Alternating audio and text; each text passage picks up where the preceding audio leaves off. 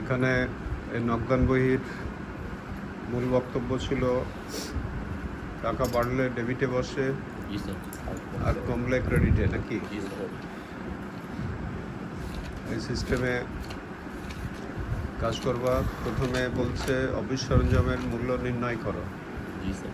Office সরঞ্জামের মূল্য মানে এই যে ফটোকপি মেশিন ক্রয় করছে, জি স্যার। উপরে লিখবা অফিস সরঞ্জামের মূল্য নিম্নরূপ। জি স্যার। লিখে ফটোকপি মেশিন ক্রয় 75,000 75,000 আর খরচ 3,000। আর ফটোকপি মেশিনের বহন খরচ ও সংস্থাপন খরচ 3,000। 3,000। বক্সের মধ্যে এটা লিখেছ? জি স্যার। শেষ স্যার। বক্সের মধ্যে এটা লিখলে অফিস সরঞ্জামের মোট মূল্য হয়ে যাবে কত? 77। 78,000। একটু। এটা লেখা কমপ্লিট। জি স্যার। 78,000 হয়েছে সবার। জি স্যার।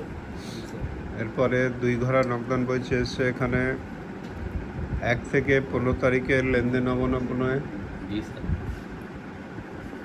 1 থেকে কত তারিখ? 15। 15 তারিখের লেনদেন অবলম্বনে জি স্যার। 2 ঘরার ঘর টেনেছ সবাই। জি স্যার।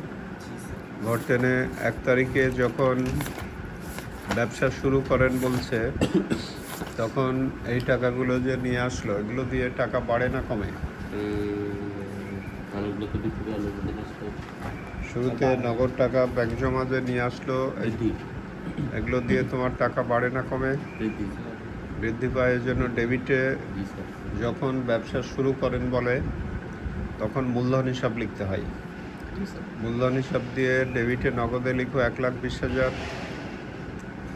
আর ডেবিটে ব্যাংকে 2 লাখ। জি স্যার।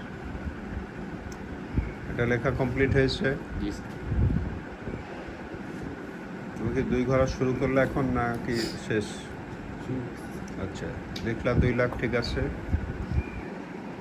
3 তারিখে ক্রয় করে নগদে আর চেকে প্রদান, টাকা কমবে না বাড়বে?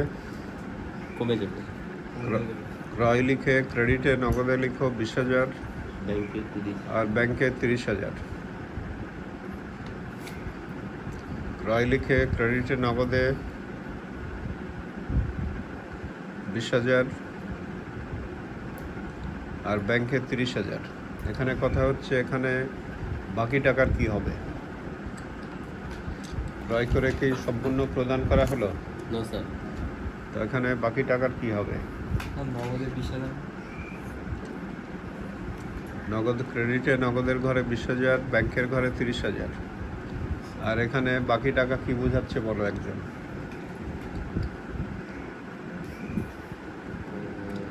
বাকি টাকা বোঝাচ্ছে ধারে ক্রয়। ধারে ক্রয় কি দিয়ে কি টাকা বাড়ে কমে কিছু হয়? না। এই জন্য এটা আসবে না। 5 তারিখ ফটোকপি মেশিন ক্রয় করলে টাকা কমে না বাড়ে?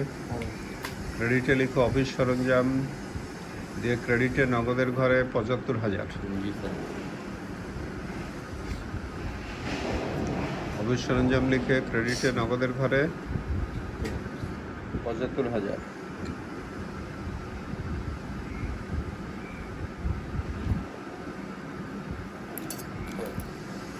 লিখলা। এবার 9 তারিখ লক্ষ্য করো। 9 তারিখে ব্যাংক থেকে ব্যক্তিগত প্রয়োজনে 5,000 টাকা উত্তোলন। এটা দিয়ে বোঝায় যে উত্তোলনটা করে সে ব্যক্তিগত কাজে টাকাটা ব্যবহার করবে।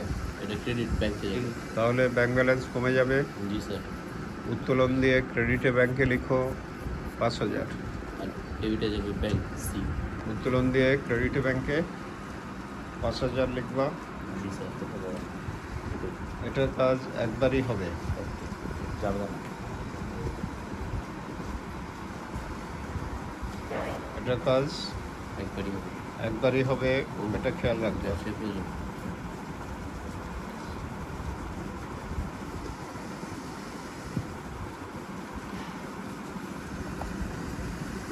ক্লিয়ার? কিন্তু ব্যবসার প্রয়োজনে যে 10,000 টাকা উত্তোলন আছে না, জি স্যার। এটা দিয়ে বোঝাবে যে একদিকে নগদ বেড়ে যাবে, অন্যদিকে ব্যাংক ব্যাংক ব্যালেন্স কমে যাবে। এটা হবে কন্ট্রা এন্ট্রি সি। এবং এখানে সি লিখতে হবে। জি স্যার। নগদ বেড়ে যাবে, ডেবিটে নগদের ঘরে 10,000 লিখো।